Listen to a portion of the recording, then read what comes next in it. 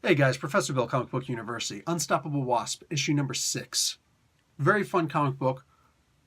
New superhero in this. Now, I imagine she's a superhero, and she's not a new character, but it's one of the girls, acronym, who gets the superpower. I'm just saying, kind of cool. All right, let's get into this really quick. Jeremy Whitley on writing duties, Alti Fermanshaya on art, Espen Gruntejern on color art. I did the best I could, peeps. Just please forgive me. Letters, VC's Joe Caramagna, and Stacey Lee doing the cover. Graphic design, Carlos Lau. Wasp was created by Stan Lee, Ernie Hart, and Jack freaking Kirby. All right. Nadia has essentially come to grips with the fact that she has bipolar disorder. This is a potentially crippling thing, all right? But it can be managed. It can't be cured. It can be managed through medicine and therapy. And acknowledging that she definitely has a crippling, debilitating thing about her, you know, a mental illness.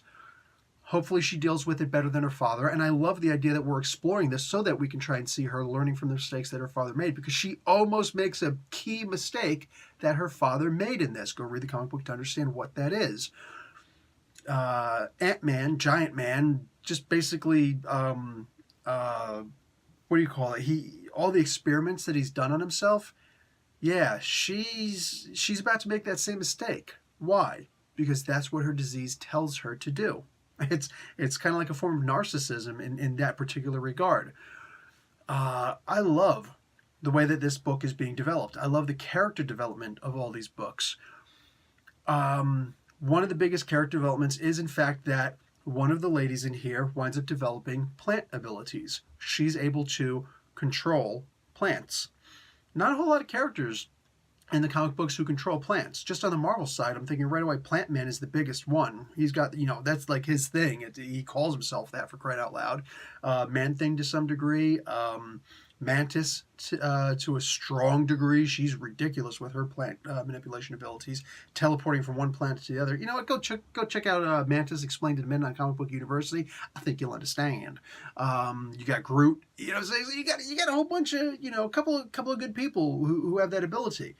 But this book, man, we get to see her developing this from the beginning, and she actually makes a point, which is really brilliant. She doesn't understand how to use her powers.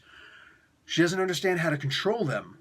And she's like, I don't want to be asked to prom by a boy, and when I get there, my corsage attacks everybody at the party.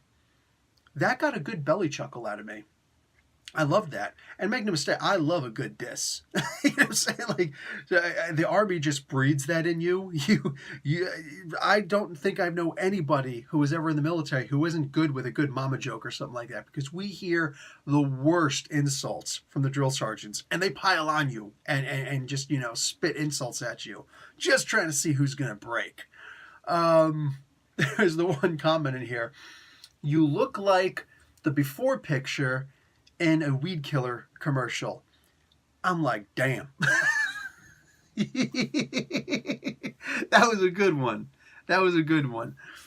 I know that there's a lot of people who don't like this comic book. It's one of the reasons why I don't make this, you know, when I do my my reviews on Tuesday night, which is technically 3 o'clock in the a.m. on a Wednesday, Eastern Standard Time, so midnight Pacific Time, I put out my first comic book review for the week. So yeah, there's that.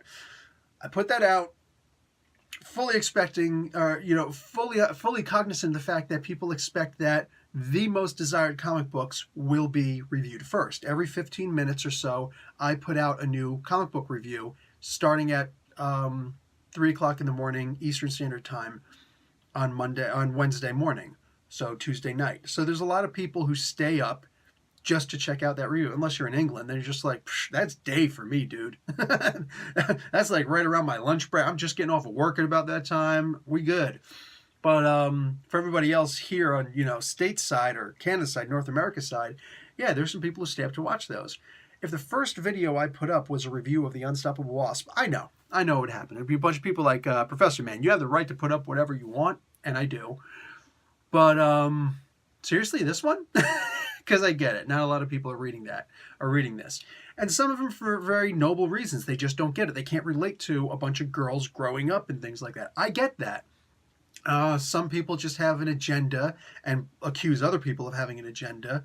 And, they just really don't understand women, which is why they're probably working on their fourth divorce by now. It is what it is. It is what it is. You know what I'm saying? But that being said, I believe genuinely that this comic book has more character development than any other comic book on the market today. These are characters that are established.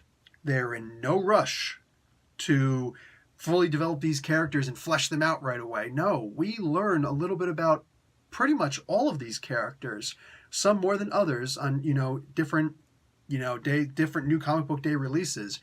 But we're learning about all these characters as they're going. They're being fleshed out before our eyes. One of them just got superpowers. Dude, I am so down with that sickness. I love that this book is able to take these characters who we're learning about, and then this is the biggest thing for me. One of them has a superpower now.